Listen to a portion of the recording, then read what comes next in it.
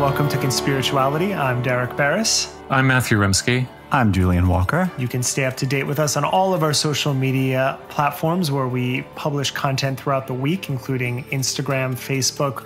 We put up bonuses on YouTube.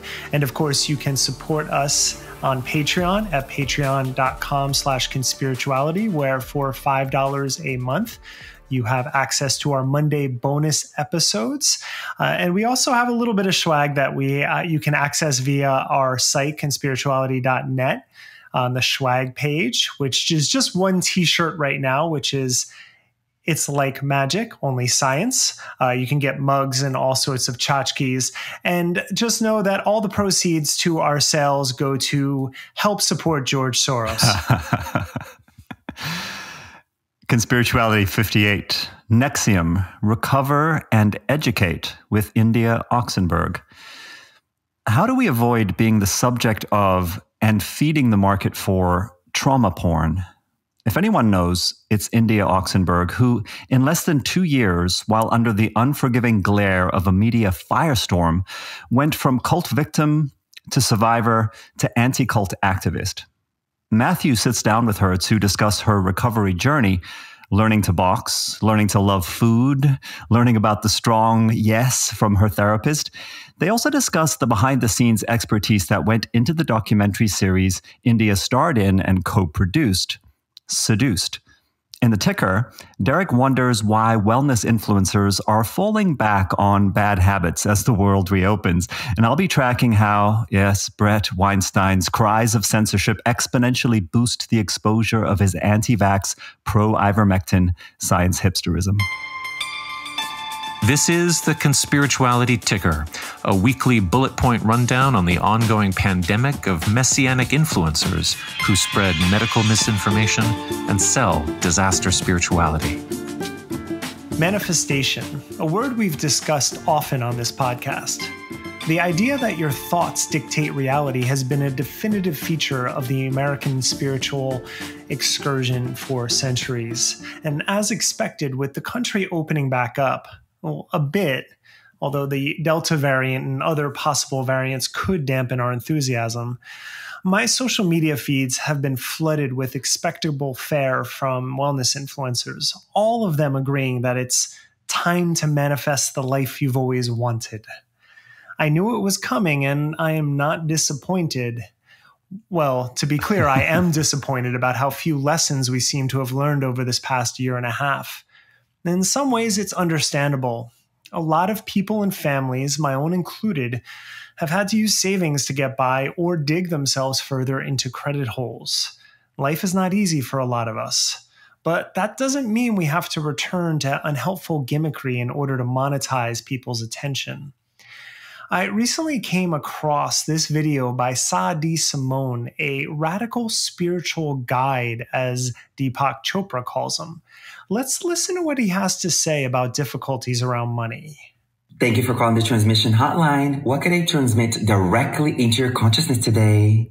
Well, I'm in a really tricky financial place right now. You know what I mean? Say no more, darling. You've called the right place. Are you ready for this transmission? Yes, 100%. I'm ready. Let's go.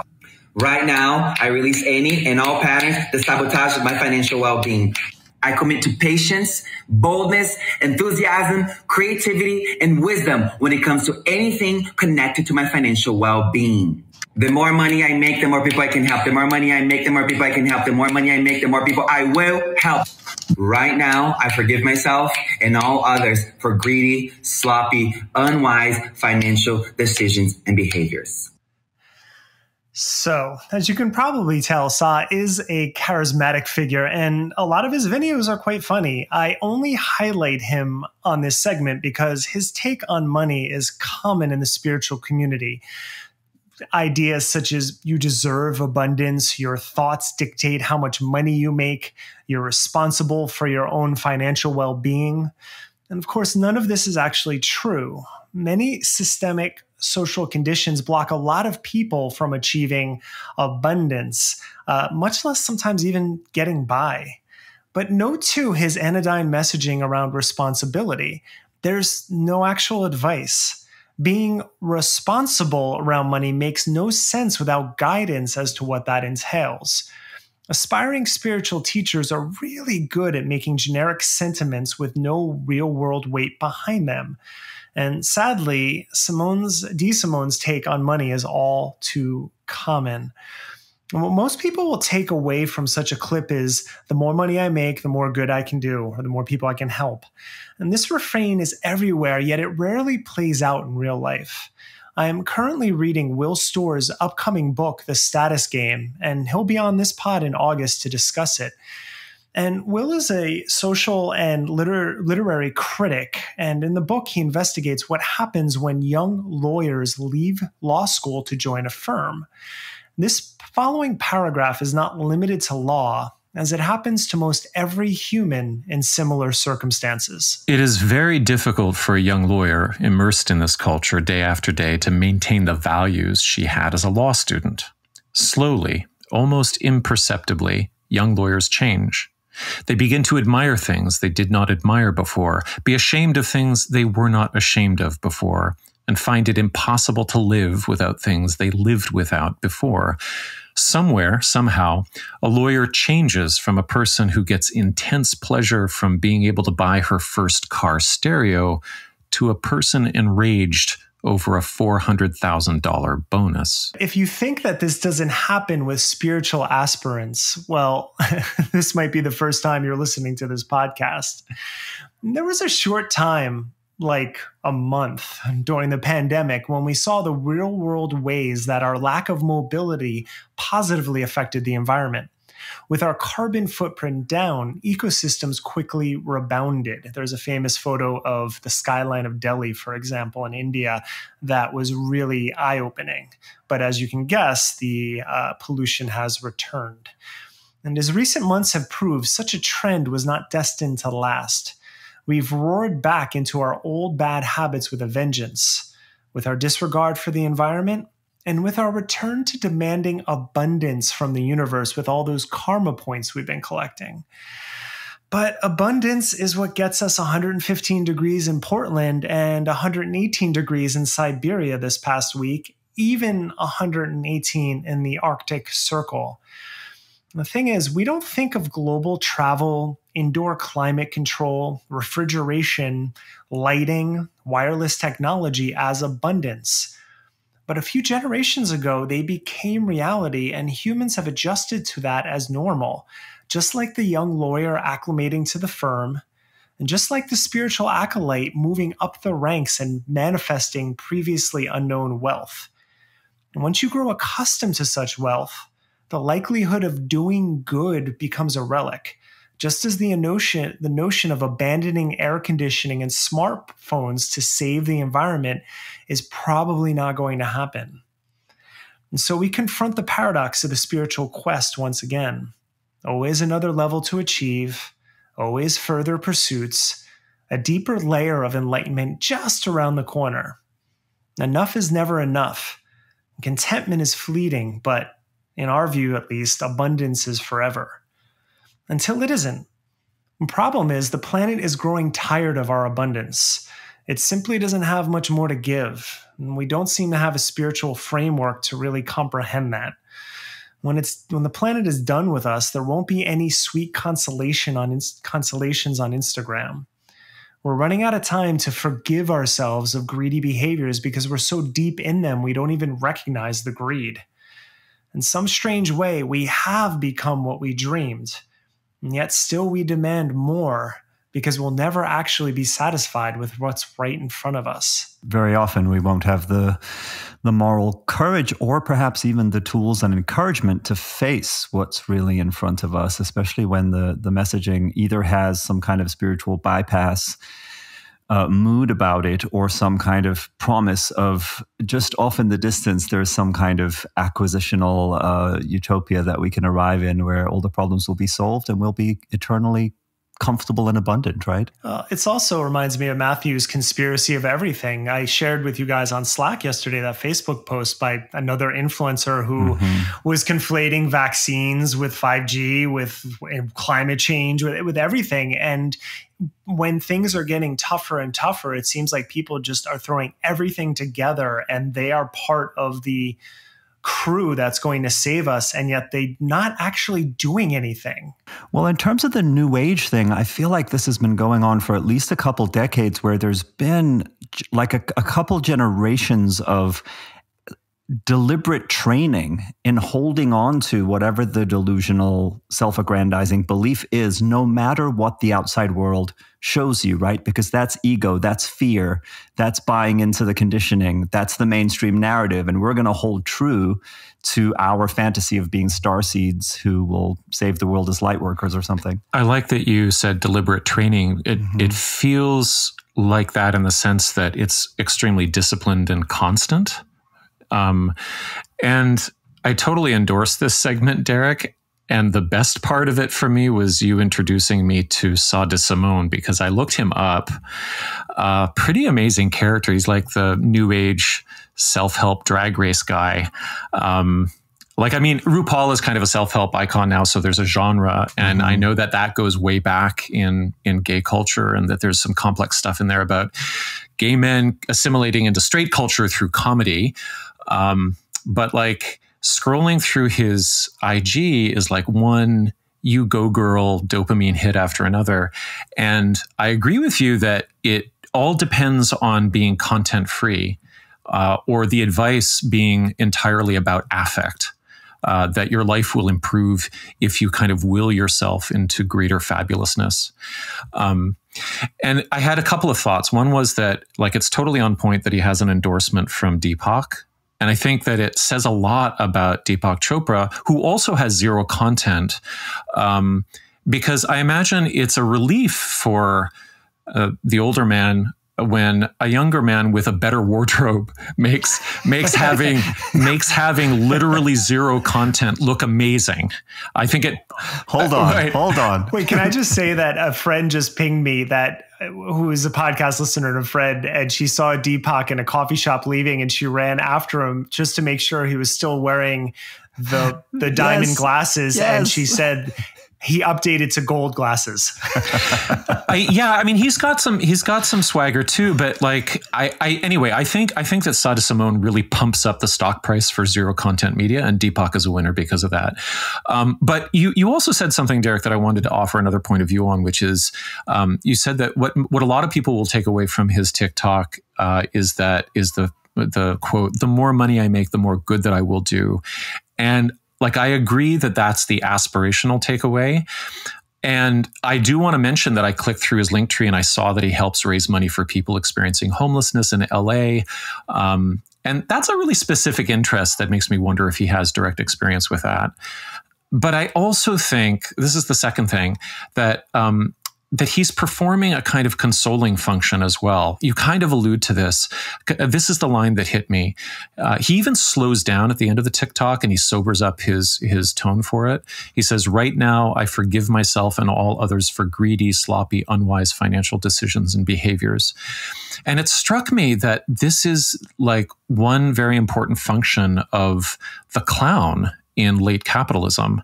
Like, he's there to make you feel better about yourself, but also about the entire system. Because like, what is actually more pressing, more undeniable than like the guilt saturating our financial universe and what it creates, like all of the inequality, the predation, all of the useless commerce. Like, I don't think there's anybody among us who doesn't feel literally forced into making, I don't know, like greedy, sloppy, unwise financial decisions and behaviors. Like, I had a moral crisis just a couple of weeks ago over finally having AC installed. And anyway, that's another story. But he doesn't say, "I commit to stopping my greed and lack of wisdom." Like his transmission to his alter ego client is that everybody is forgiven for doing these things. So it's kind of a stunning moment. And I appreciate his transparency. I think that we underestimate that New Age entertainers, they bestow absolution on late capitalism. So we talk a lot about like, when will the grifters stop? When will critical thinking prevail? When will we stop spiritually bypassing? But I think if we really get down to the heart of it, if we really like accept that conspirituality has a religious function, I think we might have to admit that it's going to exist for as long as it has a market. And when the product is forgiveness in a totally absurd world, that market is really big. And yet at the same time, he's not saying, I now forgive myself for all of these sloppy, greedy financial decisions and recognize the fact that I am enough, whether or not I move into the next income bracket, right? He's still operating from inside the system, saying, forgive yourself for failing at the game. Now I'm going to give you the magical edge for how you can still win at the game. Exactly. Right. Right. So it's consolation and then the aspirational upsell. Mm-hmm. and I did not know of him until recently. And that's why he doesn't seem like a conspiritualist. Yeah. I don't see any conspiracy theories. He seems very genuine.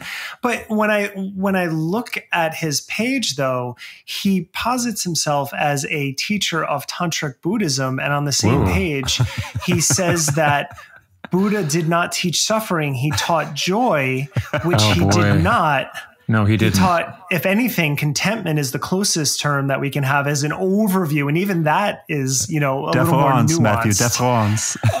Also, tantric Buddhism has to be picked apart because that's a late historical development in Buddhist thought. Like that's just a mess. Yeah, whatever. Yeah. So it's a conglomeration of just things thrown at each other. Where it's kind of like, I read one book on this, I read an Instagram post on this, and now I'm going to teach all these things. I'm going to put into my own stew and then present myself as being this figure who can transmit the messages to a modern audience. And it's completely a failure on that level. Well, and on that level, I can also join with Julian and really say that I hate postmodernism. Because that's I mean, except that I don't know. I know he does have self-awareness about what he's doing, and I appreciate the humor. Yeah, and with regard to the homeless thing, I mean, fair point. And right now we're experiencing such a crisis in LA with homelessness in terms of the numbers of people that are living on the street. And for the 4th of July weekend, they're completely sweeping the boardwalk down in Venice Beach clear of homeless people and sanitizing because they want to have space for the tourists. I can't even imagine. I ride my bike that way at least weekly, and I haven't taken video, but I did share a video somebody recently posted riding their bike through that.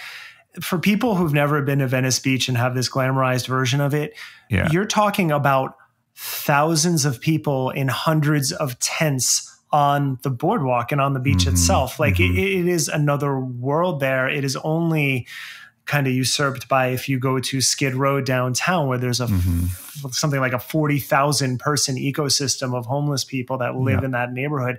Venice is number 2. It's another world. So I don't even know how they're going to do that. Exactly. It would appear that they probably are not going to be able to pull it off, but that's what they're claiming to do. Well, they would pull it off through a police action and it would be violent. Well, yeah, and so we'll see if it comes to that. Yeah, so it's dire times in that regard. All right, so let's encourage Sada Simone and his charities. The censorship megaphone. It was a big week for Bret Weinstein. In case repressive big tech have kept you from finding out about him, he's the former professor at Evergreen College who has since appeared on Bill Maher promoting the lab leak hypothesis and scaremongering on COVID vaccines. And a few weeks back, we covered his theatrical self-medicating with ivermectin during a Dark Horse podcast livestream, as well as the episode titled The Crime of the Century, in which he featured the medical huckster and ivermectin hustler, Pierre Corey. Incidentally, for anyone interested in the science, on Monday, the latest systematic review and meta-analysis of randomized controlled trials for ivermectin as a treatment for COVID-19 was published by Oxford University Press.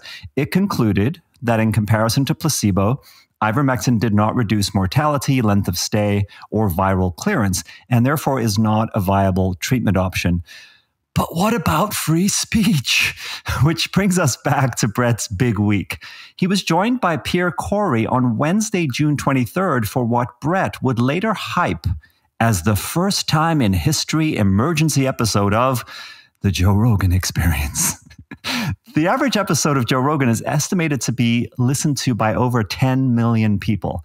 Now, one can only imagine how much that number probably ballooned with Joe putting the word emergency in the title as he did. Amazing what a little censorship martyrdom can do to crank up the volume on your megaphone. And notably, as Matthew pointed out, Bret also hit a kind of peak conspirituality confluence. Matthew shared this perfect Twitter screenshot with us that I will now describe to you. It's a tweet from A Course in Miracles spiritual superstar, Marianne Williamson, to her 2.8 million followers. And it reads, "As critically important as it is terrifying, meet the censored Bret Weinstein," and links to the Substack article by that title by former Rolling Stone writer Matt Taibbi. The cherry on top is that the tweet was liked by James Lindsay, who's been making the rounds as one of the most vocal opponents of critical race theory, and recently cut a propaganda video on that topic for conservative propaganda outfit Prager University. It's clearly part of the censored cabal. Next, former New York Times opinion editor and now Substack alum Barry Weiss also boosted Bret's signal, tweeting on Sunday that he and his spousal podcast co-host, Heather, were made for this moment, as she shared the YouTube link to their latest episode. That's one way of saying it. Right. On June 21st, Weiss also featured a column titled "The Books Are Already Burning" on her Substack. Now, that was written by Abigail Schreier, author of the controversial book Irreversible Damage, The Transgender Craze Seducing Our Daughters. That guest post was preceded by a lengthy intro in which Weiss mentioned Bret and Heather as courageous examples of people willing to ask critical questions about science and medicine, even though big tech, in the case of their Dark Horse podcast, and the ACLU, in the case of Schreier, are, and I quote Weiss directly, conspiring to silence them. It seems like there's something uniting all of these people that we're covering, talking about critical race theory. What could it be? What's the unitive factor here? What a closed ecosystem. It's incredible. If only it were a closed ecosystem, like on an island where they could have a dinner party and talk late into the night and enjoy each other's company. But I don't think I don't think the personality types are cut out for that. If it doesn't happen on social media, it did not happen. That dinner party only happens on a stage live streamed to 20 million.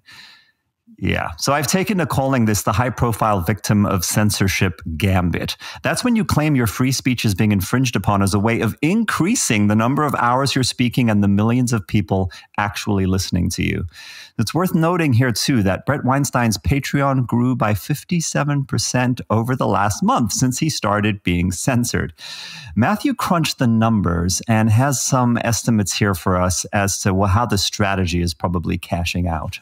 Yeah, I mean, crunching the numbers might be a little bit much. It's just some napkin math on his Patreon. It has soared. He's got 3,420 Patreons, and I worked out like 4 scenarios based on his 5, it's 5 tiers. So that people can pay $2, $5. They can pay $25, $100, or $250 per month. We're doing this wrong, guys. We're doing it wrong, totally. We need to be censored. Let's be censored. Let's be censored. How do we get censored?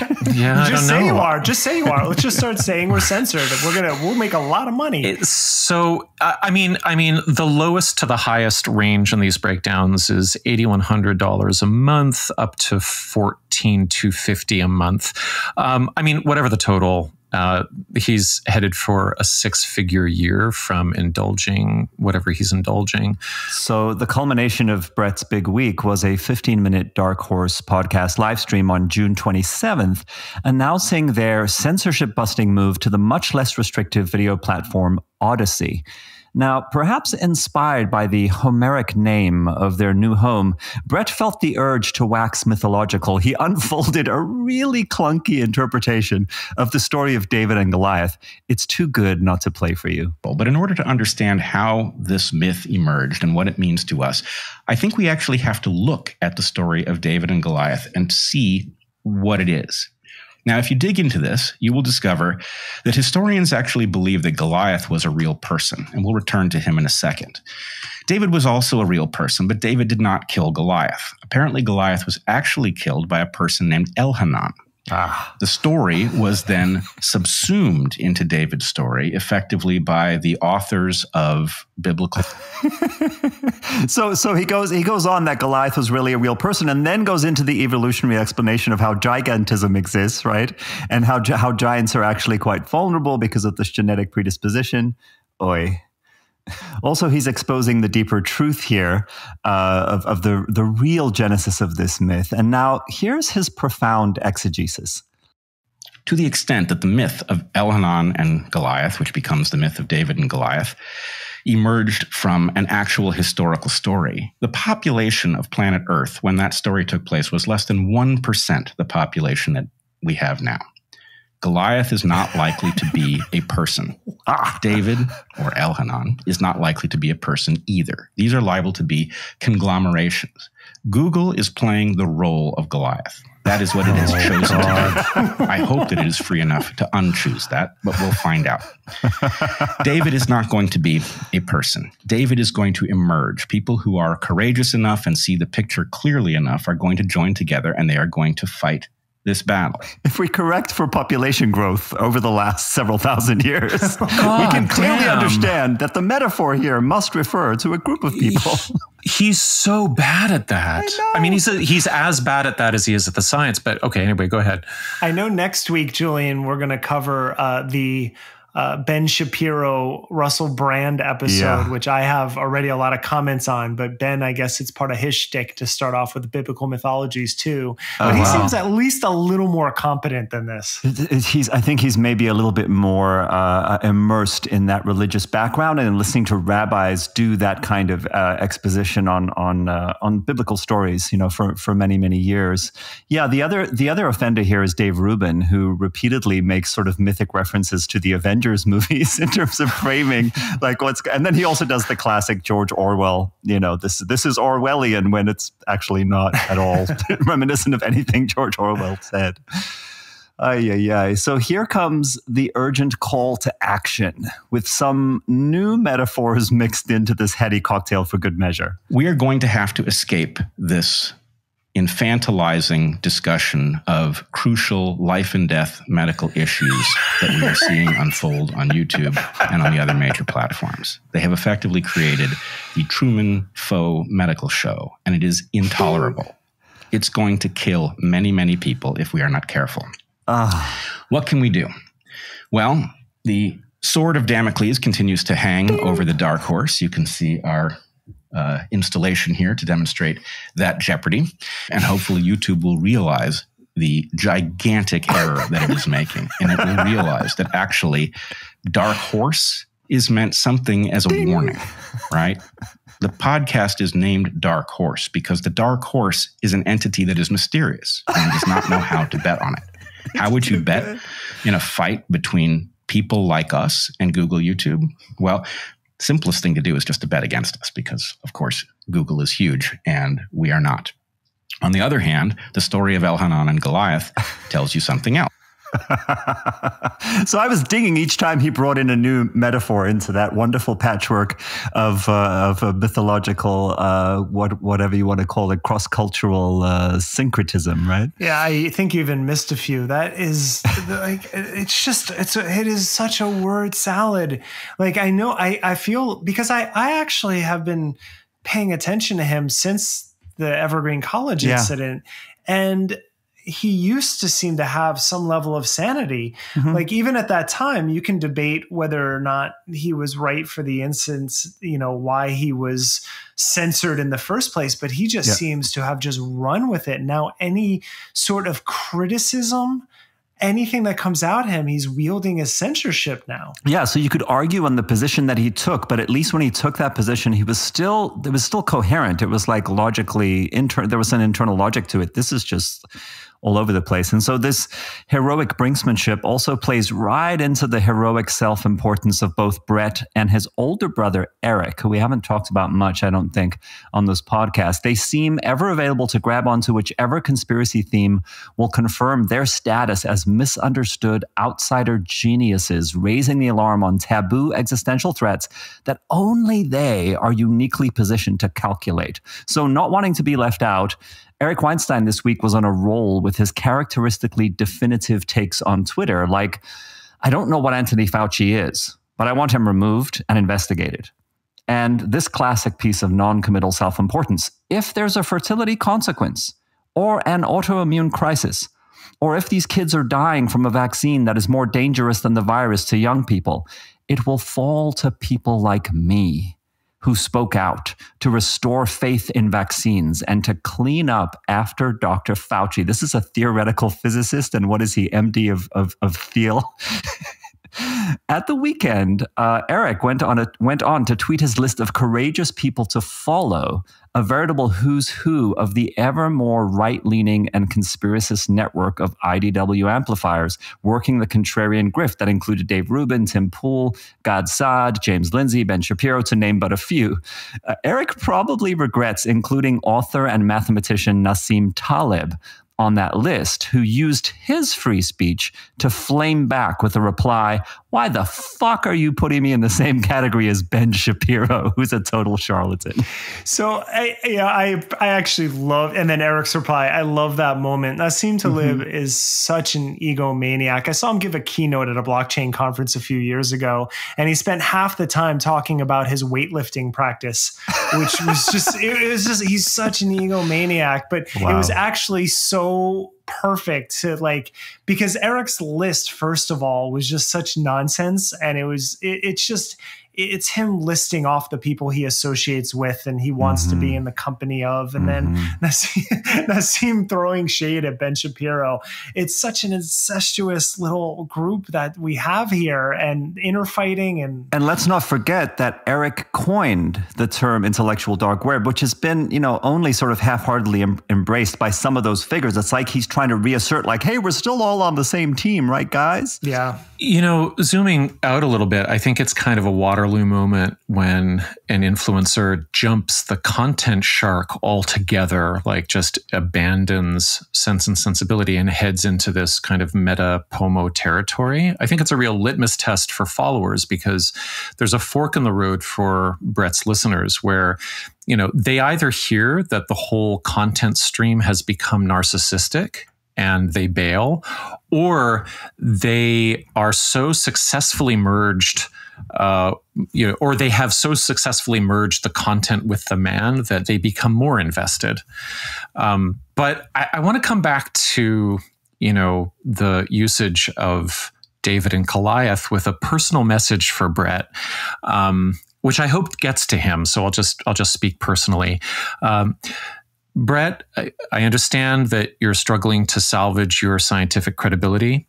I can understand the impulse to want to go biblical with your language. Speaking as a poet, novelist, a journalist, I can just say that there are standards for using metaphors, just like there are standards for understanding randomized control trials of the effectiveness of horse pills on COVID. So if you're going to use David and Goliath, and of course, if you're going to identify with David, it isn't effective. I want to help you with this. It's not effective to talk about how these are composite figures written and rewritten through time, and how their archetypes can be reduced to, indie podcast versus tech giant. There's so much more for you to grab onto. David was a shepherd boy summoned by the prophet Samuel to serve King Saul, who God had tormented with an evil spirit. So you've got to work out those figures in your imaginarium and figure out who they are. David was said to be beautiful and of a pure heart, and he soothed the king with his lyre. Maybe there's a song about that by Uncle Leonard. And he wasn't just minding his business, posting hot takes about alternative medicine when Goliath threatened to confiscate his sheep. He heard about the Philistine thug, and he decided on his own that he would go out to face down the terror of Jerusalem. But here's the most important part for you to really milk if you want to pull on the hero strings of your Patreons. When David asked King Saul permission to fight the giant, Saul at first said, "No, you're an innocent boy. You'll be slaughtered." But David persisted, and Saul acquiesced reluctantly and suited the boy up in armor and a helmet. But actually, here's the most important part. David felt that he couldn't move freely in the armor. He couldn't be quick, nimble, or silent. So he doffed the armor and he padded out onto the battlefield in his sandals and his robe.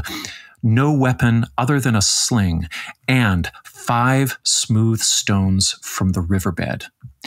So, Bret, if you really dig deep and contemplate the metaphor here, it's offering you not just an heroic archetype, but a spiritual teaching that you can both absorb and then also pass on to your followers and create another Patreon tier, enriching your life and theirs.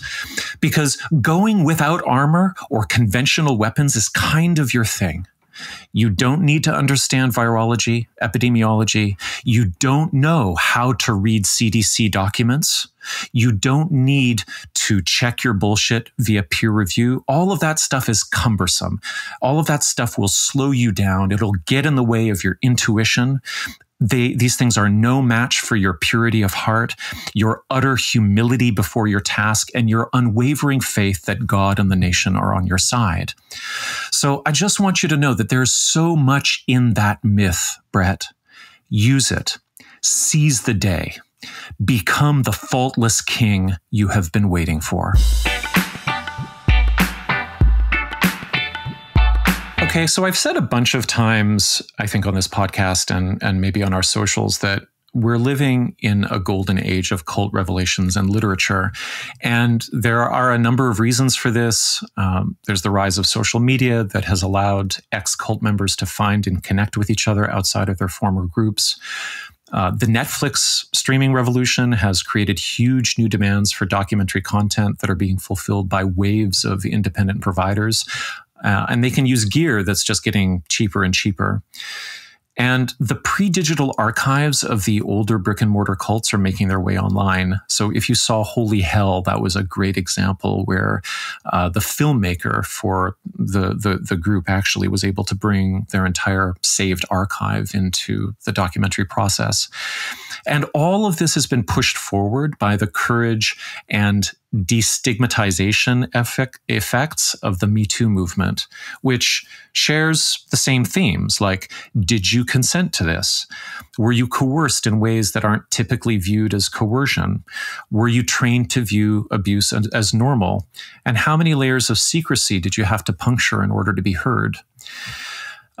So every day, I think it's becoming less shameful to say, this group deceived me, this group abused me. And this is all really positive news in a world that has to now reckon with and hopefully welcome those who leave QAnon. The ways in which this literature is produced will have a crucial bearing on whether high-demand groups will be treated like the public health threat that they are, or as yet another form of entertainment. And this is why I was really happy that India Oxenberg agreed to sit down with me to discuss her post-NXIVM recovery and her road to becoming an educator in the field of cult awareness. Now, I didn't want to ask India to repeat any of the details of her 7-year horror in Keith Rainier's group, because the details are out there for everyone to see. And as she says in our interview, some of those details were told first without her consent by all of the breathless cultsploitation reporting that preceded her getting out and working with the FBI as a witness. But then with the Starz documentary Seduced, India got to give a hard no to the sensationalism mill and to lay out the details herself, supported by an all-women production team led by producer Cecilia Peck. And crucially, she foregrounded the work of cult experts and recovery specialists like John Jalalich and Rachel Bernstein.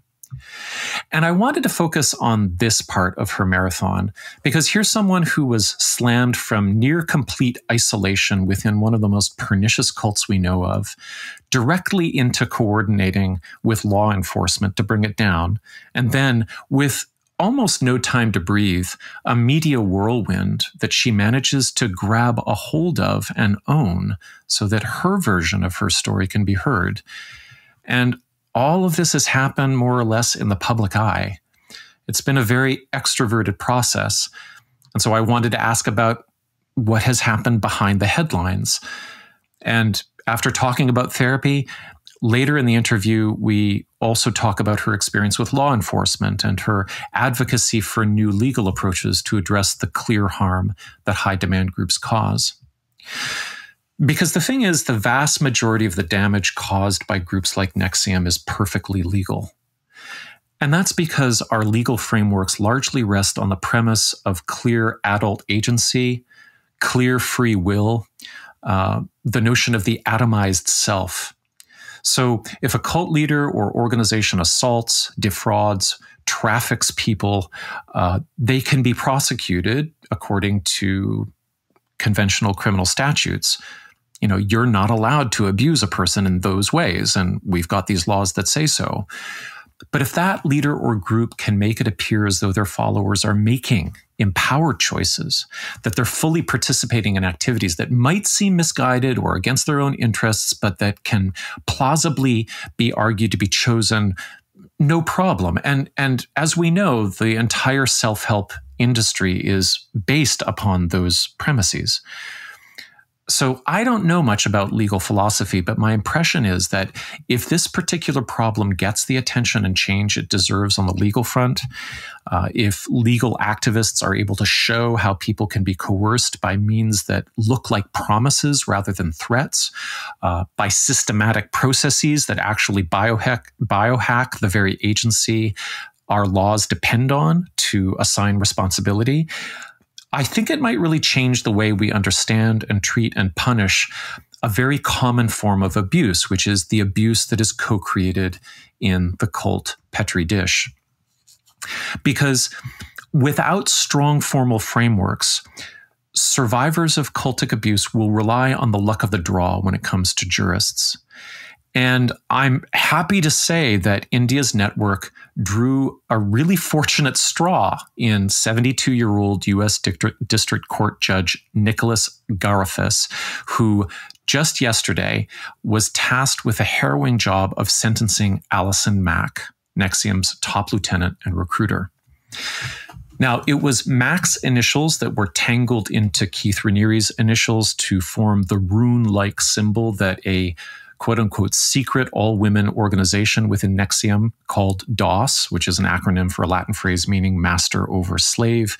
And an in-house doctor branded that rune symbol into members' pubic areas with a cauterizing pen.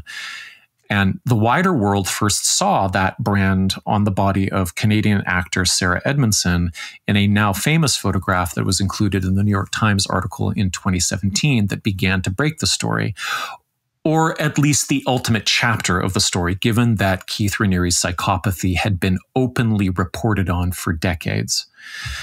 So Mack ran DOS under Raniere's direction, although she concealed his involvement from her quote-unquote slaves, one of whom was India. And in Seduced, India describes a horrifying set of commitments: constant housework and menial tasks, starvation-level calorie counting, readiness drills that required her to answer meaningless, aggressive texts on her phone 24 hours a day, and constant sexual availability, all secured by humiliating collateral. Now, I'm shorthanding the details because they're all out there, as I said. The point is simple. Mac's behaviors were integral to the group's function. And Justice Garofis was crystal clear about this in his sentencing memo, writing, and I'm excerpting here, "You willingly enslaved, destabilized, and manipulated other women. The evidence presented at his trial demonstrated that you were not a begrudging or passive enabler, but rather that you were a willing and proactive ally." But he was equally clear about something else.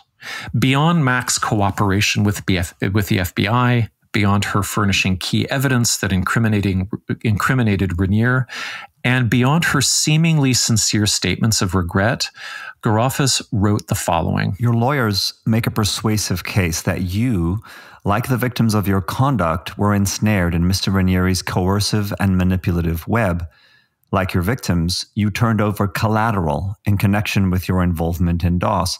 Like your victims, you were subject to abusive and unreasonable demands that were designed to destabilize you and deprive you of your agency. I don't doubt that you were also manipulated and that you also felt captive even as you were inflicting those very consequences on other women.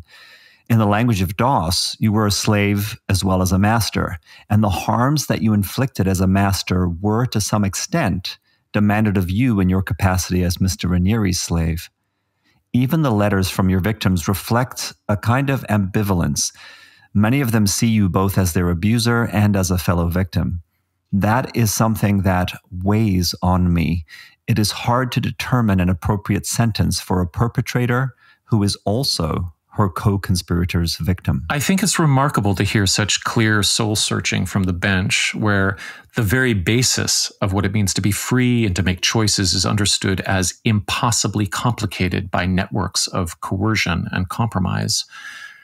The most moving line in the statement for me is the reporting on the ambivalence in the letters from Mac's survivors, that they recognize her as a survivor as well.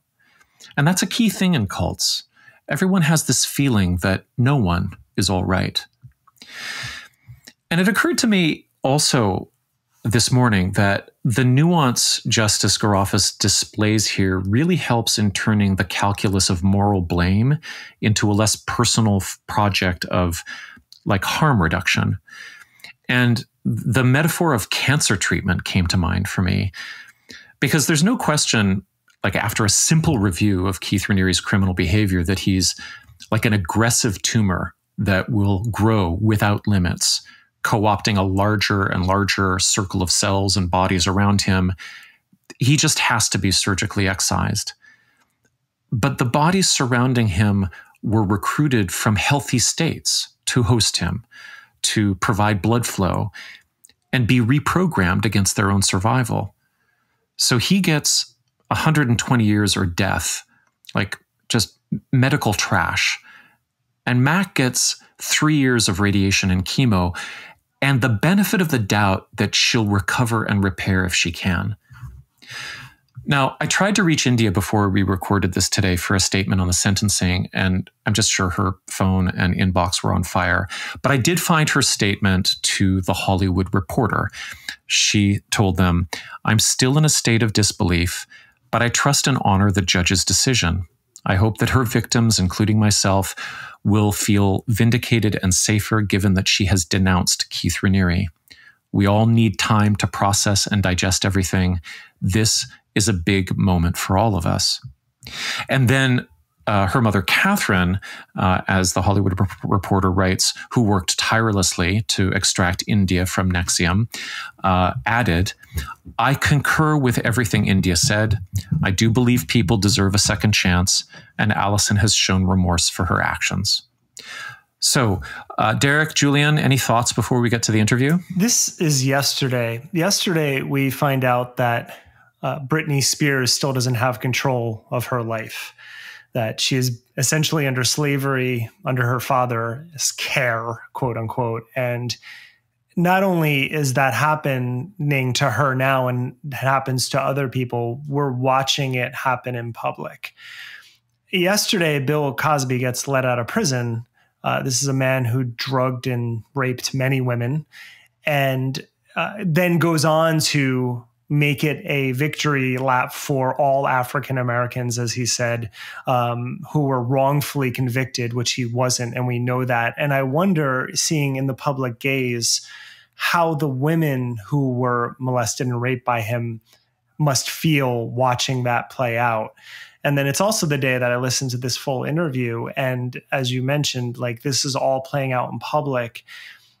Women have endured so much for so long. And now we have a form of media that not only do they have to deal with their trauma, but they have to deal with it in public, where millions of people are talking about it at this point. And I only have one comment on the interview because I want to let people listen and absorb everything, but how courageous she is to turn that trauma and going out and helping other people.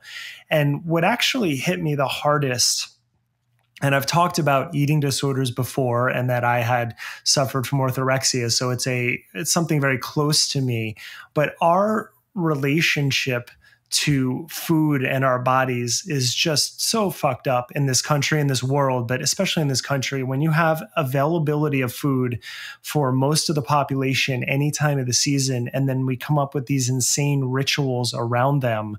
I'll reference Danielle Belardo, who's a cardiologist who I know has, listened to this podcast, and we chat on social media, and she gets demonized because she says that carbohydrates are necessary and good for you. And people are so neurotic around food that they will go and attack her.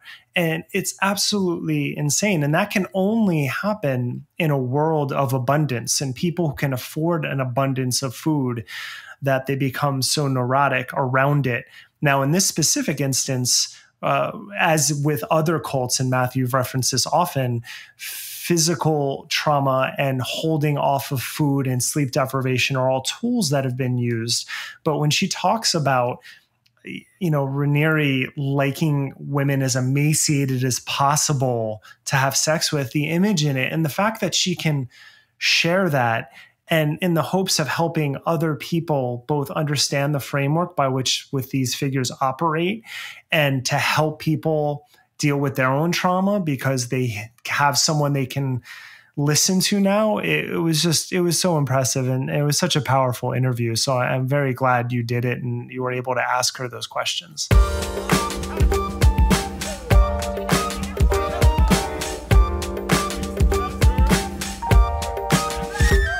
India Oxenberg, welcome to Conspirituality Podcast. It's great that you were able to take the time. Thank you for having me. It's my pleasure. I wanted to open by asking about two sequences that come up in Seduced, which, by the way, I just have to say was like profound for me to watch as a cult survivor in terms of its educational value and its sensitivity.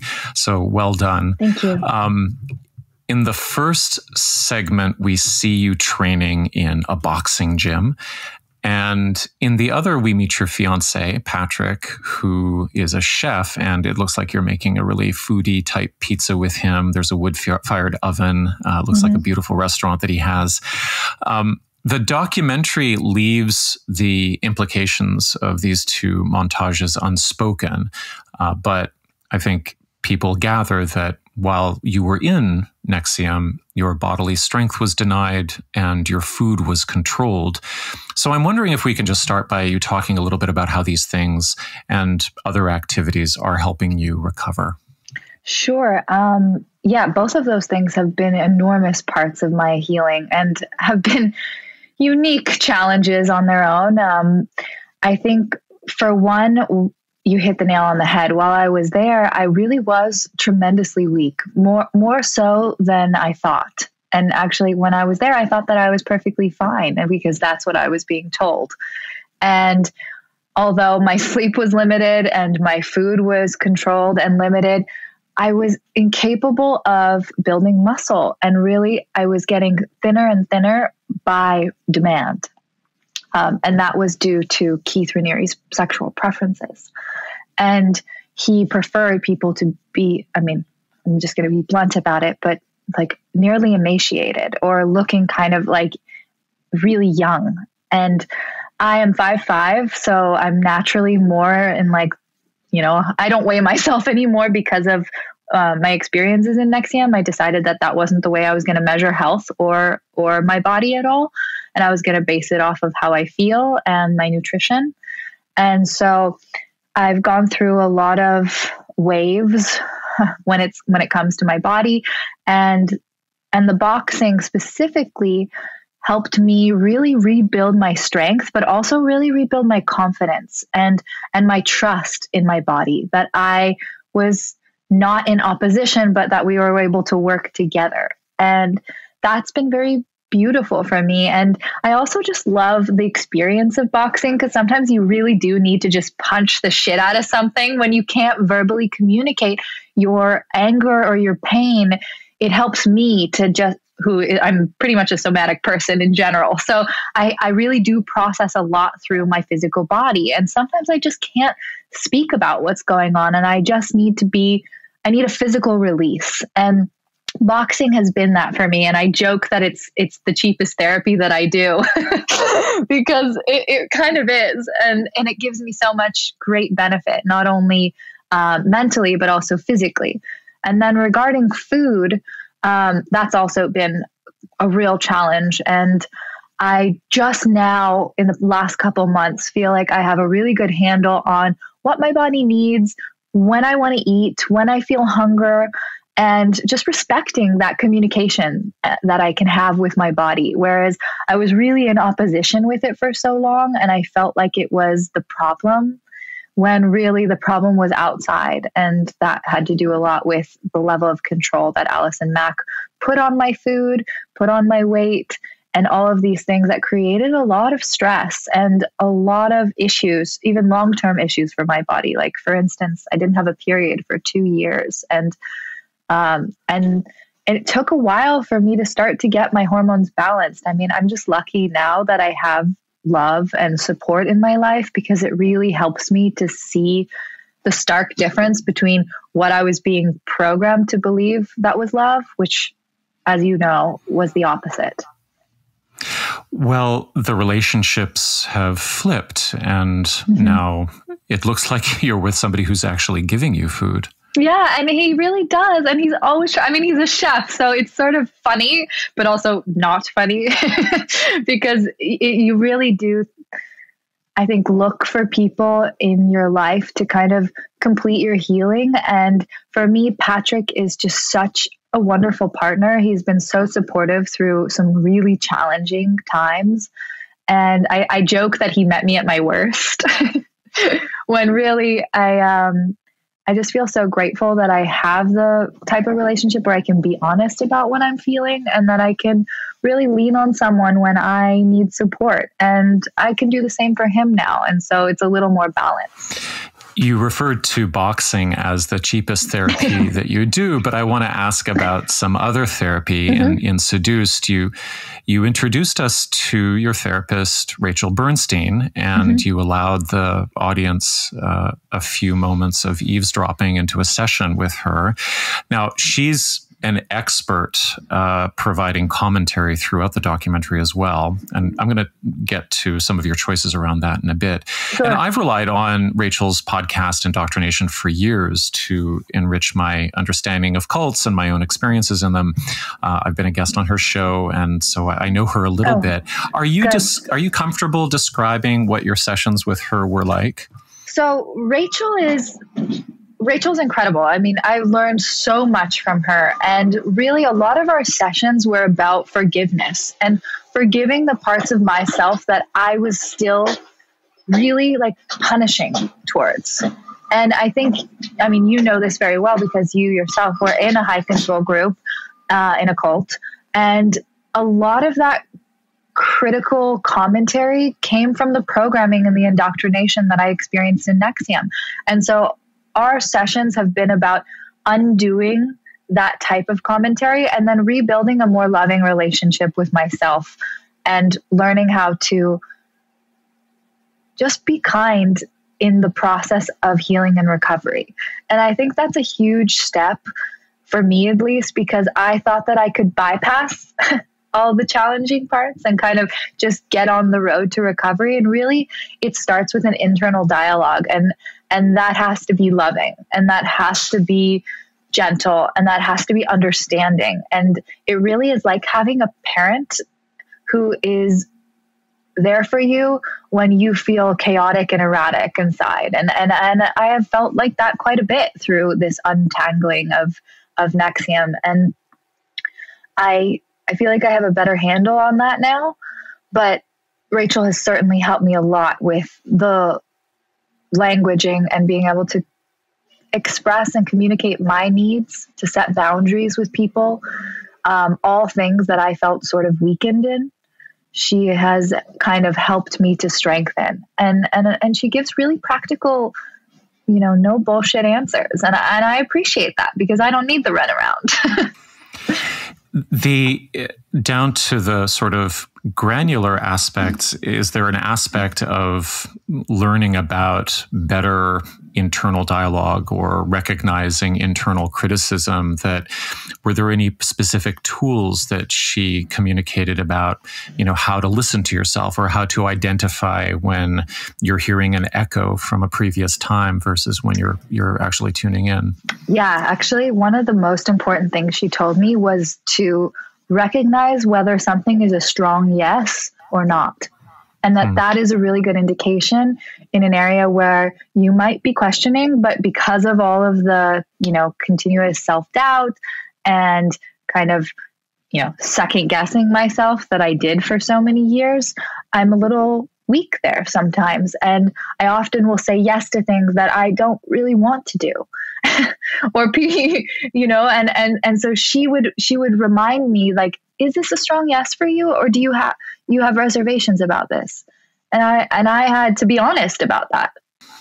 That's a really great tool and formulation, I think, because what so many charismatic leaders do, I think, is they capitalize upon the weakness of the yes and turn that into a kind of spiritual challenge. Like, if you're expressing doubt, you're actually proving that you need to say yes. And so There's something very, very twisted about that. I know, right. But that's DOS in its essence, was that whole process of deny the feeling that you're having in your body, override it, and do, I'm doing air quotes here, but what is for your highest good, which actually just serves Keith. It doesn't service you. It does harm to you. And so it's really actually hard to undo that way of thinking. And it's caused me problems, even coming out of NXIVM, I've fallen into a couple other narcissistic traps that I've had to, luckily I've been able to rebound out of them a lot faster, but I'm still like, oh shit, wow, I really have a lot to learn here. And mostly about listening to myself and my instincts. And I'll just say as well, too, that it seems that the NXIVM discourse and jargon is not only dependent upon overriding the internal feeling, but also making a virtue out of performing the strong yes, right? Like you without thinking, without thought, like a robot. Whatever Rachel is asking you to sort of do, it's to override another type of fake strong yes that would have been part of the program. Exactly, and that is something that I'm still learning now. And I have, the opportunity to have a lot of challenges because I relate with all sorts of people. And my current work is having me do a lot of research and meetings and investigating. And I have to really tune in with myself and be like, how do I really feel about this? Like, and that's a skill. Especially when, yourself or your instinct or your intuition or your soul, whatever you want to call it, has been diminished for so many years. It's a good thing to remember that it's never totally abolished. It's just maybe faint. And then it's like a muscle and you really just need to work it out. You know, the way you're describing that points to this somewhat controversial theory within cult studies about the pre-cult self and the cult self. And some people don't like a hard distinction between the two. Some people say there's no research to substantiate the pre-cult self. I can give you a real example.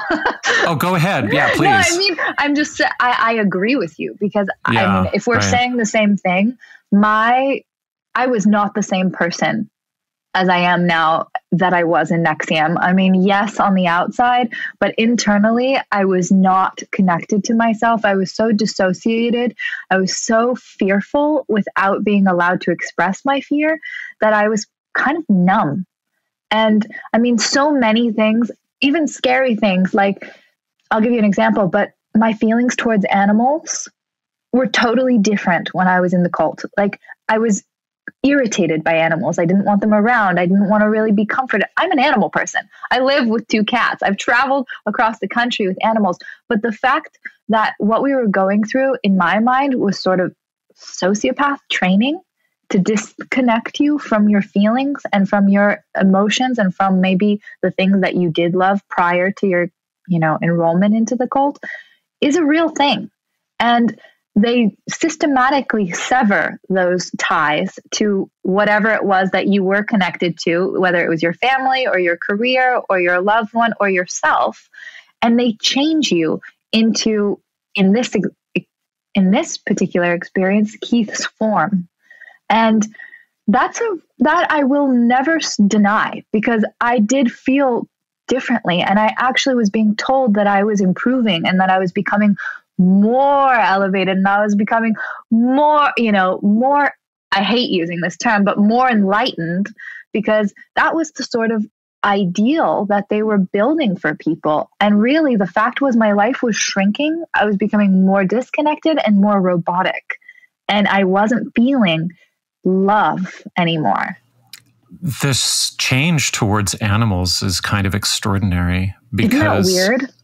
I mean, now, explicitly or on the surface, would there have been kind of an ideology around detachment, or maybe Keith didn't like animals, or he didn't, it was about detachment, and right. I think anything that competed with his love and his admiration, I swear to God, that is how much of a narcissist this man is.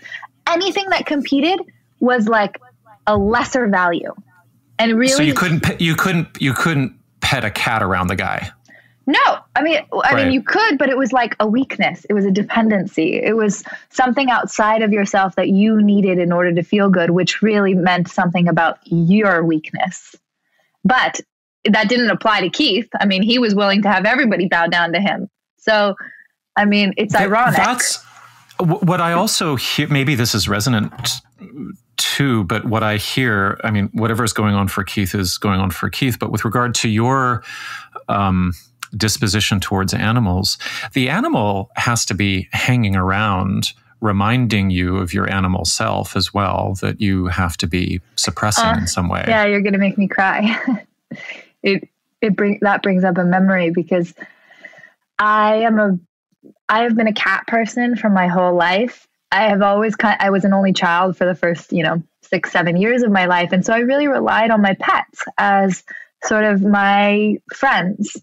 And I remember a moment when I was there and one of the girls had brought a cat into Allison's apartment. And I felt so angry towards this cat. Like, I didn't want it around me. I didn't want to be affectionate towards it. I didn't want to feel love towards it. And I was frightened by that, actually. I remember even having like the wherewithal to, recognize that I was scared of the fact that I had this animal around me. And there was a part of it that I couldn't control. And I felt so out of control with my own life, because it was really being controlled by Allison and Keith, that this animal was showing me this irritation that I couldn't express. And I was placing it on the animal, like, oh, this little pest in the house is causing so many problems. And that's very not me. And so there were many moments like that I was recognizing things that were not natural to me, but were becoming part of my personality. Yeah, it's really stunning. I mean, I don't have anything similar to that from my own experience, except maybe something that's similar is recognizing, I've talked about this in a number of different places, but recognizing at a certain point after maybe my third or fourth year in high demand involvement that I couldn't really string more than 2 sentences together. And I had been a writer, like an incessant writer from the age of 12 or 13 years old. And, you know, notebooks and notebooks and notebooks and stories and stories and stories. And that internal voice, that space that I had always had for myself to make sense of things, that just vanished. It collapsed. This is exactly that. I feel like we're speaking the same language, because that is a really deep part of your pre-cult persona. And I also am a writer, and I identify with that. And that was a very sacred space for me. Even since I was 10, I was writing poems to be able to process my own feelings. And I couldn't write. I look at my journaling. It is a bubbling, babbling mess of, you know, pretty much the same scribbles over and over again, the same. All of it was cult jargon. All of it was things that I thought were wrong with me that I needed to fix. It was not my mind anymore. And that is a startling thing. And I think people, you know, brainwashing seems like so sci-fi to some people. And so does, you know, reprogramming and deprogramming, when really it's real. And we are being programmed by things, whether we like it or not. In this case, the element of coercion is being programmed towards Keith's likeness without your awareness. And also how destructive that is to yourself. I'm glad that you brought up the term. There's a lot of, maybe you've come across the kind of academic turf wars over whether or not brainwashing is a real thing. I think from a survivor's perspective, I think what we're trying to describe is something got amputated or unwired. There was a part of one's brain and body that just was inaccessible for a set period of time. And it feels, I mean, it's traumatic in the long-term sense, but it's acute and sharp and very identifiable. And then it comes back in these chunks, almost like, you know, bits of a computer coming back online. And so there's a, you know, brainwashing might not be a scientific term, but it's the notion of something being so complete and so overpowering, I think, is certainly a very common experience. Yeah, and when you have sleep deprivation, food deprivation, you know, high stress environment, readiness drills, all of these things aid to that sort of brainwashing and helped their indoctrination sink in deeper because of the repetitive nature of all of those things. And we're talking about 7 years. And so that's something that I like to make sure is super clear to people, is that this is not something that happens overnight. I mean, if Allison had, you know, met me on day one when I was 19 years old and said, hey, why don't you come join this master slave group and see how you like it? I would have been like, what? No fucking way. But the truth is, I had been primed for 5 years before DOS was even introduced to me. And so my way of thinking had already been changed by the time that I got to that place where I was going to make a life-altering decision that most people would say, how the hell did you, what? No way, I'd never do that, you know? And they would be screaming and running in the opposite direction. I had already been groomed to accept that type of question. And from the age of 19, which is not childhood, and yet very young. It is very young. We know now that there are, you know, components of brain maturity that aren't fully online by 19. Far from it. Right. And so it's not like you mentioned earlier that well, this is throughout the documentary as well, is that the emphasis upon educating the public on coercion is so central to your work in Seduced. And I think that, one of the things that your story really communicates is the fact that we really don't have much of a language around consent and coercion and what it means to be indoctrinated over time. Most of our journalism, most of our legal, frameworks are premised upon this idea that everybody is a free adult making free choices, and they're consenting to whatever it is they're consenting to, and yeah, the training aspect that you're talking about, the gradual. In fact, if NXIVM is successful as an organization, it's successful to the extent that it's able to hide the extremity of the commitment it's going to demand, and then to time it perfectly with regard to how it's going to pop it on you. Yeah, they were very good at that. Right. They were very good at identifying people's weaknesses. I don't like referring to them as weaknesses, so possibly vulnerabilities. I think they were experts at that, but that really comes from Keith. And I don't love to give him a lot of credit because I don't think he's a genius whatsoever. I think he's just a master at manipulating.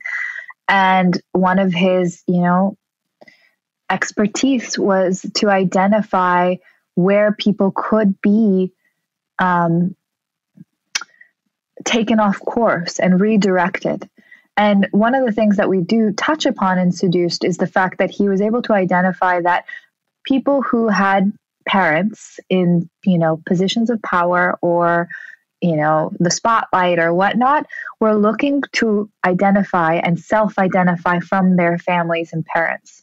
And, there's a whole term called parental alienation that describes this process in which a predator identifies its prey and separates them from those who actually have their best interest.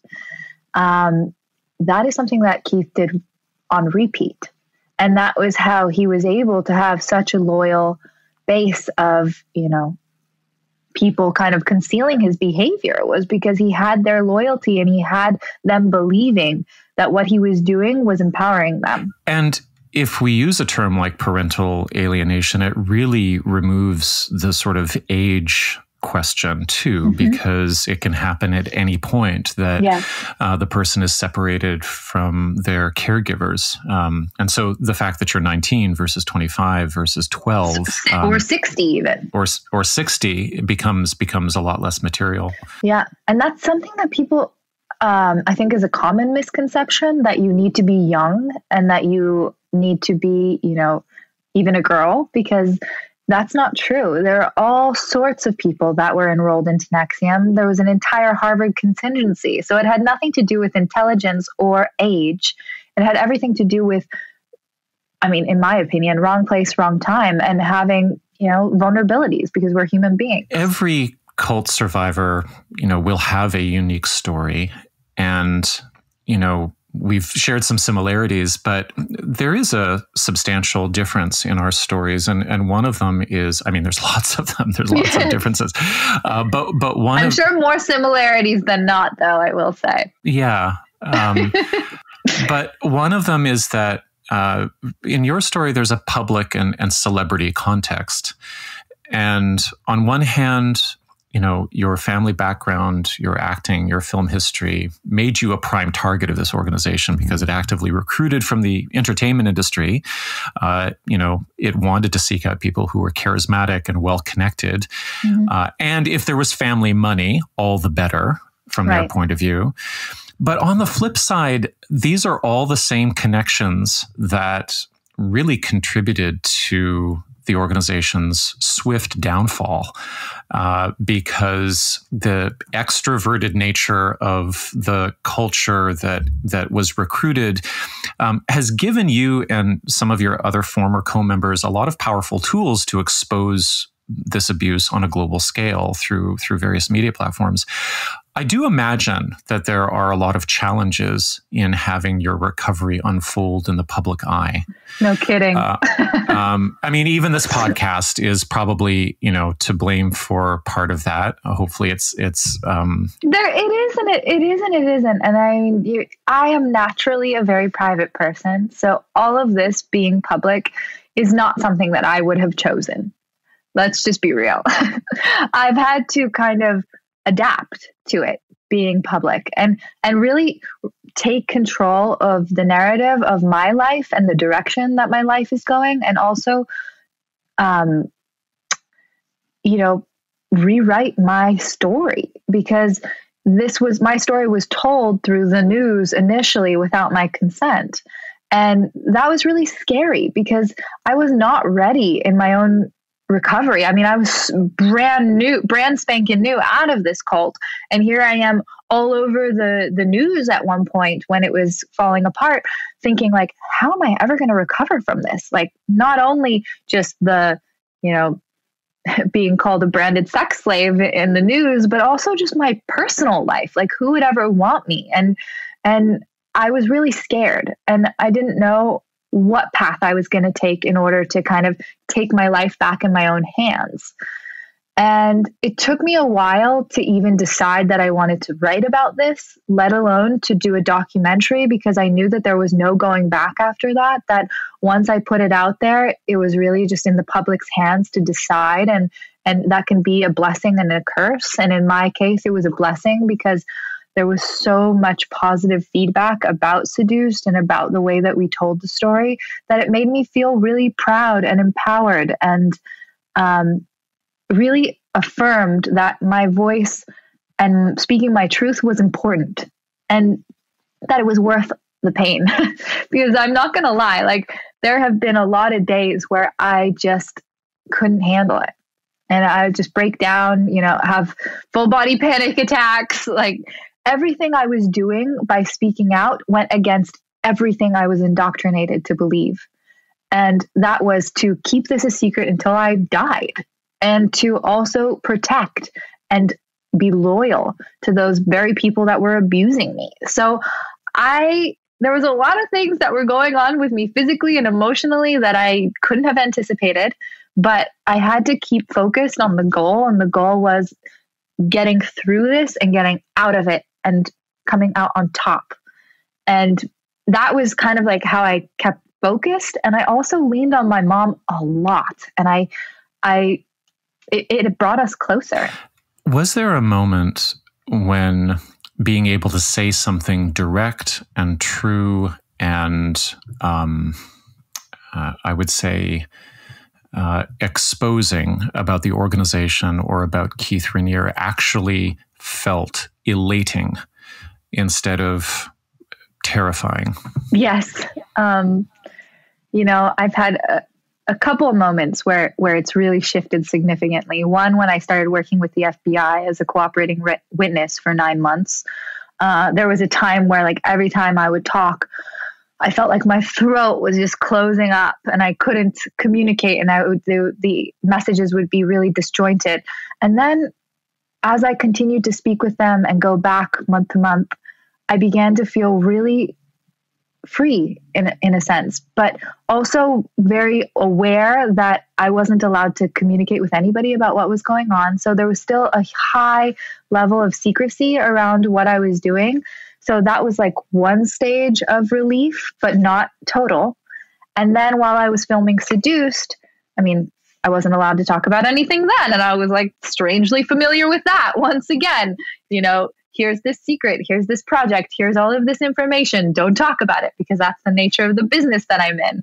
And then when Seduced was released and I began to do press and I began to get really positive responses from press and more requests, it was like, holy shit, something really shifted, and I began to kind of like step into my own. And I felt like there was no question anyone could ask me that I wouldn't be prepared for, and that I knew what I needed to do. And that was just tell the truth. And so that was a relief because I finally felt like I had enough protection, and protection through the network, and protection by the series, and protection from people who were watching it and who were commenting on it and were supportive, that it gave me a lot of confidence in just being able to speak about NXIVM in general, and then also to be able to speak about really challenging things that make people very uncomfortable, like sexual abuse and rape and manipulation is something people generally don't want to talk about. And so you get a lot of pushback. And I'm not saying that it was all sunshine and roses, because there are times where you get critiqued because you're exposing something that makes people angry. And it has nothing to do with you. And so I've experienced a lot of that too. And, I have had some stalkers, and I have had some people who, maybe want to be a copycat of Keith and have reached out to me, and I just have to block them and deny it and move forward. So, but overall, more positive than not. How did you first meet Cecilia Peck and Inbal Lesner, and how did you come to trust that they would be right for helping to tell your story? Okay, well, so Seduced was in production before I was attached to it. And I was introduced to Cecilia Peck and Inbal Lesner, the director and co-producers that I worked with on Seduced, through my literary agent. And they approached her, and they came to me, and that was while I was writing a book, and we had a conversation. It was August, I think around August of 2019. And they started to describe their goals with the series. And I was kind of hesitant because I had a lot of people reach out to me and say, hey, do you want to do this? Hey, do you want to do that? And I was like, no, I'm running away to the mountains. I'm changing my name. Leave me alone. Like, I don't want to be involved. And I was really trying to focus on my own healing. Like, come on, I was kind of fucked up, and I was really trying to figure out what had just happened to me for the last 7 years of my life. And when I spoke to them on the phone, they shared with me that this was a primarily female production. It was going to be focused on the women's viewpoint. It was not going to be focused on Keith Raniere, and that it was going to talk about the nuances of coercion and be educational. And I thought, wow, I don't think there could be a better fit for me than this combination. And I did trust them because I had seen the type of work that they had done before with Brave Miss World and Shut Up and Sing. And they were provocative, and they were looking at things that people generally don't want to look at. And so that made me feel more trust to work with them. And then when I decided to be an executive producer on the project, that made me even more involved in the day-to-day telling of this story. So it was a process, but it was like one of those moments where I just really felt that strong yes. And I thought, okay, this is my chance to take my life into my hands and direct it towards where I need to go for my own healing. And in that initial pitch phone call, did the description of this is going to be survivor-centered and educational, that obviously stood out. But what were some of the other pitches that you had heard before? What did they sound like to you? They sounded like sensational bullshit. Honestly, they were like, I don't want to name names because I don't want to offend anybody. Right. But there were things that people wanted to focus on and that were so off course and off topic for me personally and what my goals are, that I was like, why would I want to be involved with that? Like, I'm not the poster child here. Like, I'm my own person and I'm trying to tell a story that I hope will inform people enough so that they know what to look for. And if it wasn't going to be that, I wasn't interested. so there was a lot of things that wanted to focus on the sensational aspects and the things that kind of make news headlines. And I was like, nah. I mean, you came in with some education and some background, and I think that really served you well, because in my journalism, I'm often contacted by cult survivors who they might be at the end of a period of seeking an outlet for telling their story. They might have had bad experiences with journalists already, which I did. Right. It's not an easy thing to get right. And, you know, we're in a boom age for cult literature in general. And there's this huge range of quality. There was the really deplorable, in my opinion, Wild Wild Country, where, you know, the filmmakers didn't even bother to interview any rank and file survivors of Rajneeshpuram. They chose to focus on Osho's top lieutenants and loyalists and have them cry on screen.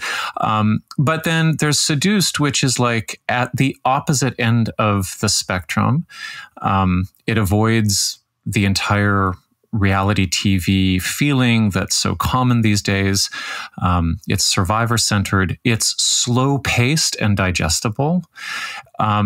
And it also platforms these top researchers like John Jalalich and Rachel Bernstein, who we mentioned already. Yeah, Rick Ross.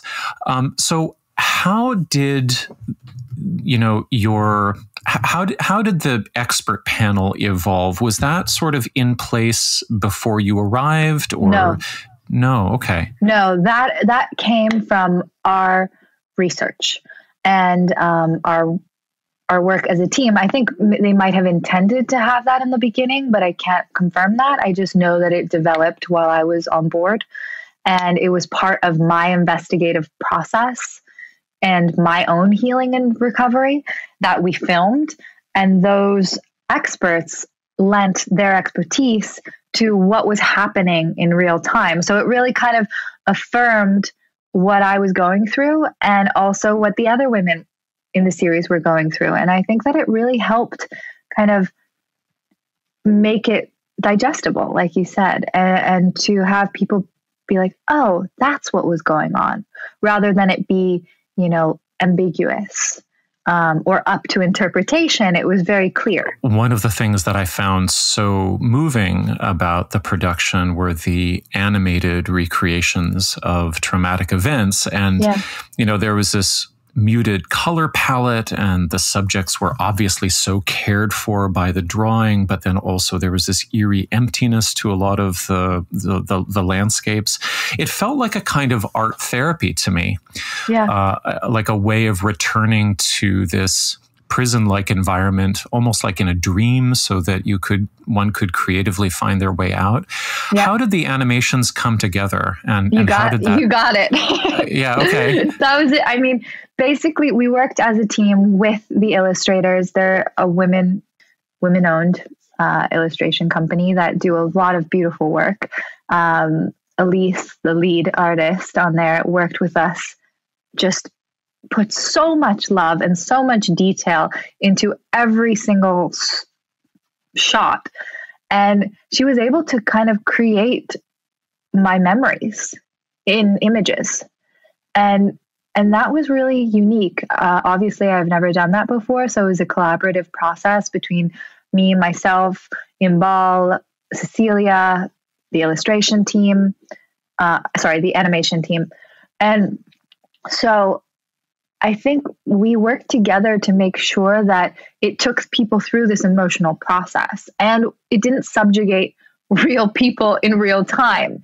And that was part of why we used animation. I actually saw it in Taylor Swift's documentary, Miss Americana, which is on Netflix. And I was like, wow, that's really impressive. And that really evoked a lot of emotion. And I'm not, you know, a big anime person, but I saw the value of that. And so we reached out to that team. Can you just describe a little bit the logistics of that? Are you in a meeting? Well, it was during COVID. So we did everything remotely. So you're on a Zoom call, and are you kind of in? I mean, what it feels like to me is the animators taking notes on you in some sort of hypnotic trance, as you're positioning yourself in space and remembering various aspects. Is that kind of how it went? Yes, and then they would watch the footage. They would talk to us about those moments that they were going to be illustrating. And then we would go back and forth between slides, color palettes, imagery, and then figuring out what worked in the cut. So, and that was done all over Zoom because it was during the time that we were in a pandemic. Yeah.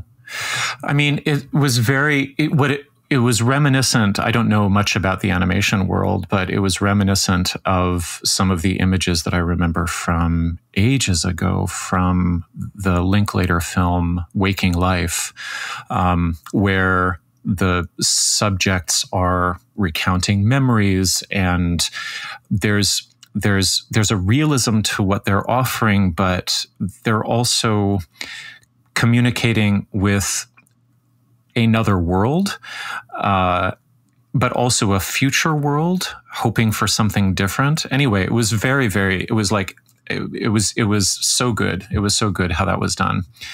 And also it's like the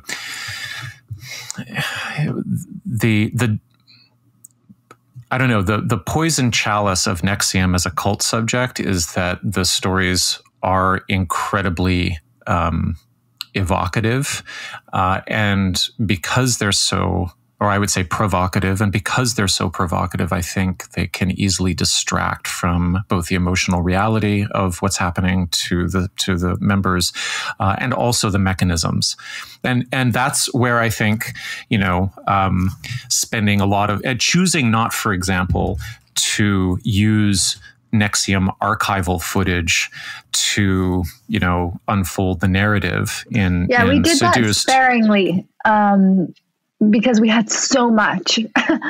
And because, as you know, Keith was obsessed with recording everything that he did. Everything was documented. And so we had tons of footage that we had access to. And we really, really were very deliberate about what we chose. And the thing about all of that footage is that it's really what he wanted to be seen. It's how he wanted to be framed himself, and he doesn't need any more of that. No, exactly. And right. And that was one of the things that I really appreciated about what the other filmmakers chose, was to not give him the platform that he would have wanted, and to really focus on survivors and on the whistleblowers and on the people who took it down, and also on educating people on the inner workings, and really not it be trauma porn for people. I hate being so crude, but I think a lot of series out there do a disservice to survivors. And part of why I'm so passionate about what I'm doing now in my work with Stars as a producer is I get to go out and find other survivors who want to share their stories in a safe place, and that want to have that respect and that kind of collaborative process that I got to do in Seduced. And so I feel really excited that I get to kind of go out there and find other opportunities for people to have that if they want it. Because I know it's not an easy path to go public, but it is a very specific decision that when you know. One thing that haunts me about Seduced, and The Vow does this a little bit too, are all of the shots of returning to the totally banal Albany suburb where NXIVM was headquartered. And I think one of NXIVM's really pernicious strengths was its ability to pass as a kind of, corporate, neoliberal, normie organization. And the feeling that I come away with is very uneasy in relation to those images, that such systematic abuse can hide in such plain sight. So I wanted to ask whether your experience with this has changed your general perceptions of the world. Yes, it has. But I think for the better, actually, because I don't like to be someone who lives fearful every day, although there have been times where I have been very afraid and, suffered a lot of anxiety and panic and paranoia. And that's not my natural state. And so I think now I feel like I kind of have a little bit of a superpower because I've seen this world so clearly now and I'm able to identify it. I feel like I can see it quickly in the world. And it's not so much of a blind spot for me as it was before. I mean, granted, I still make plenty of mistakes, but it is something that I do feel very heightened and attuned to. And I actually feel safer because I can see it.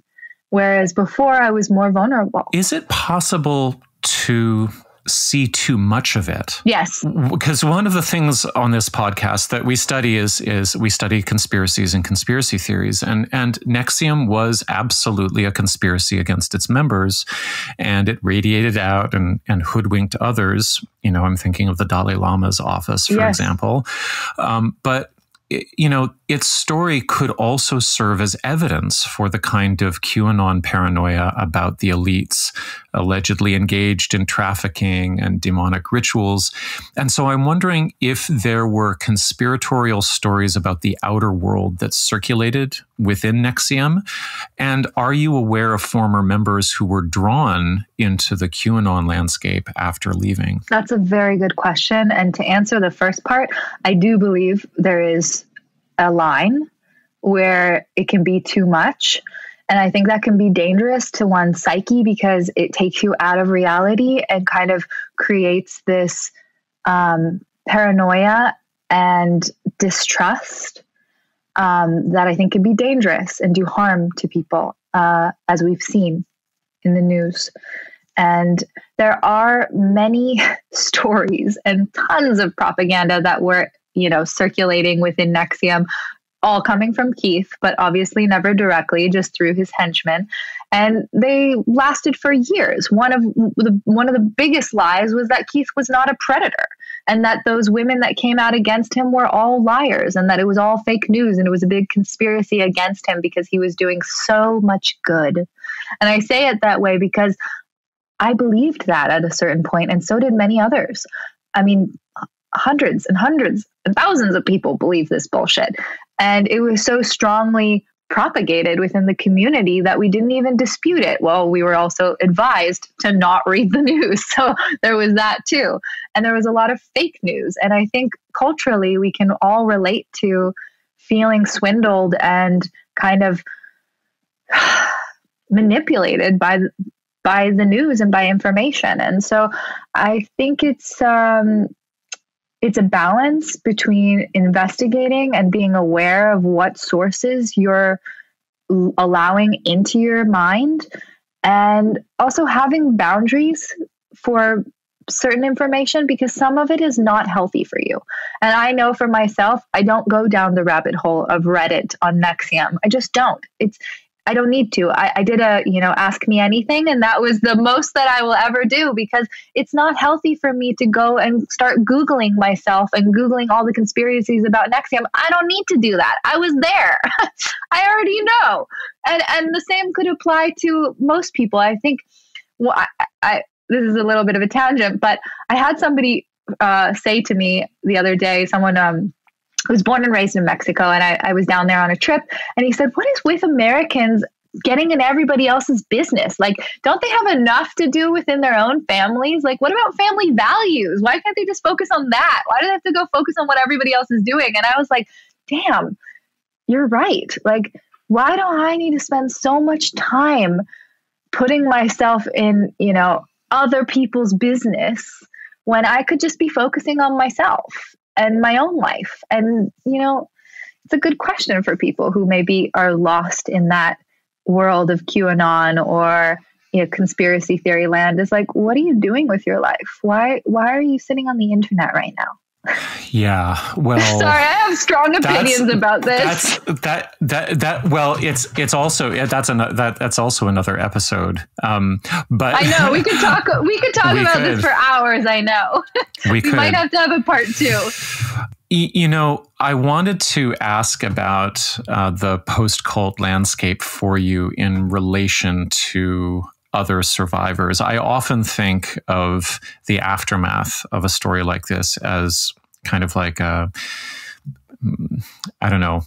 It's like France in 1946 or something like that. Like the questions are, what did you do during the war? Did you resist enough? Did you collaborate? You know, how many people did you have to kill? What are your injuries? You know, who were your friends? And in these stories, there is always, you know, stories of forgiveness and solidarity, but there's also survivor's guilt. There can also be rage. There can be resentment, lingering sense of betrayal. Is this all in the mix for you? Yes, it is. And I mean, I'd be lying if I said I haven't felt all of those things. And the truth is I have, and sometimes they're more challenging to deal with than others. But I feel like I'm in such a better place, and I feel really grateful for my life now.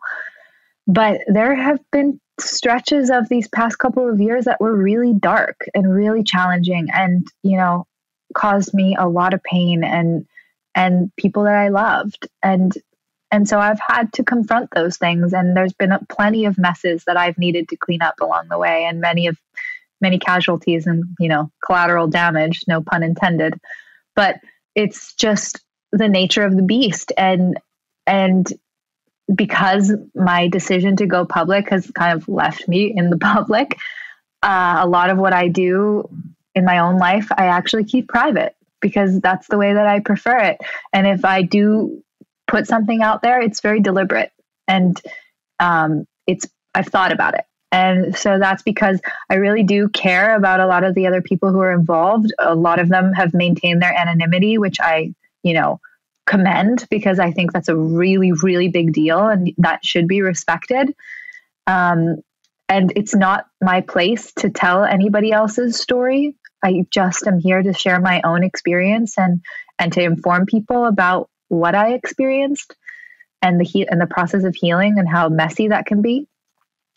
But also how lucky I feel, because there are still people who are inside of NXIVM that are loyal to him now, and they don't have their lives back. And there's nothing that I can do about that, because I feel like I've screamed enough. And if you're not willing to look at maybe how you were fooled or you were wronged or any of those things, then it's unfortunate for them. Are there any of those instances in which you maybe have not had enough social capital with a person who's still involved to be in contact with them in a really productive way, but you know family members or you know ex-friends that they might have? Have you consulted in that zone of helping sort of family members? Yeah, right. I have, and I do a lot of behind the scenes stuff. Because sometimes I think that it works better that way when somebody feels like it's their decision and that they don't feel forced, because that's the exact thing that they've been, you know, feeling for years in a high control group, is just force and coercion. And so it really should feel like a decision that comes from them to leave or not.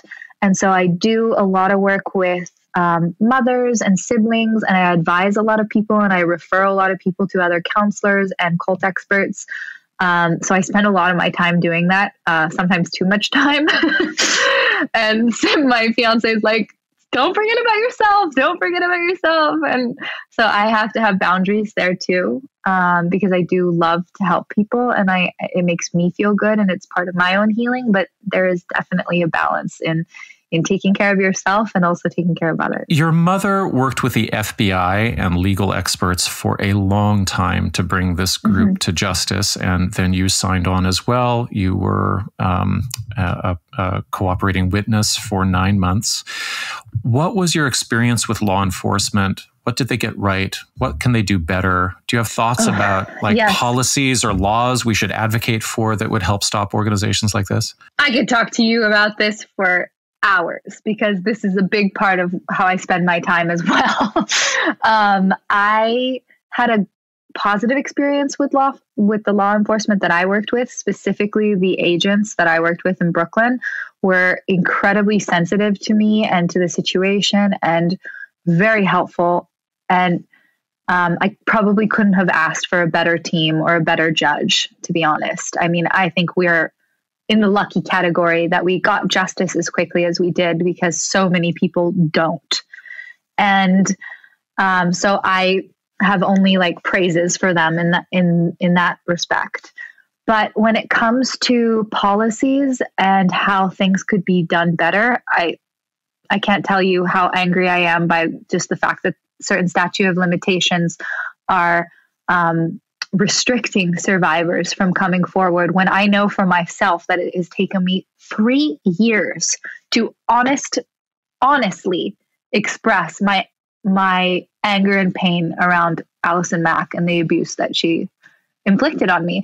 And so the fact that there are those types of limitations drive me crazy, because I know for my own recovery and healing that was impossible for me to express what had gone on immediately after leaving. Literally impossible. I could not even say that anything sexual happened to me for a minimum of 8 months.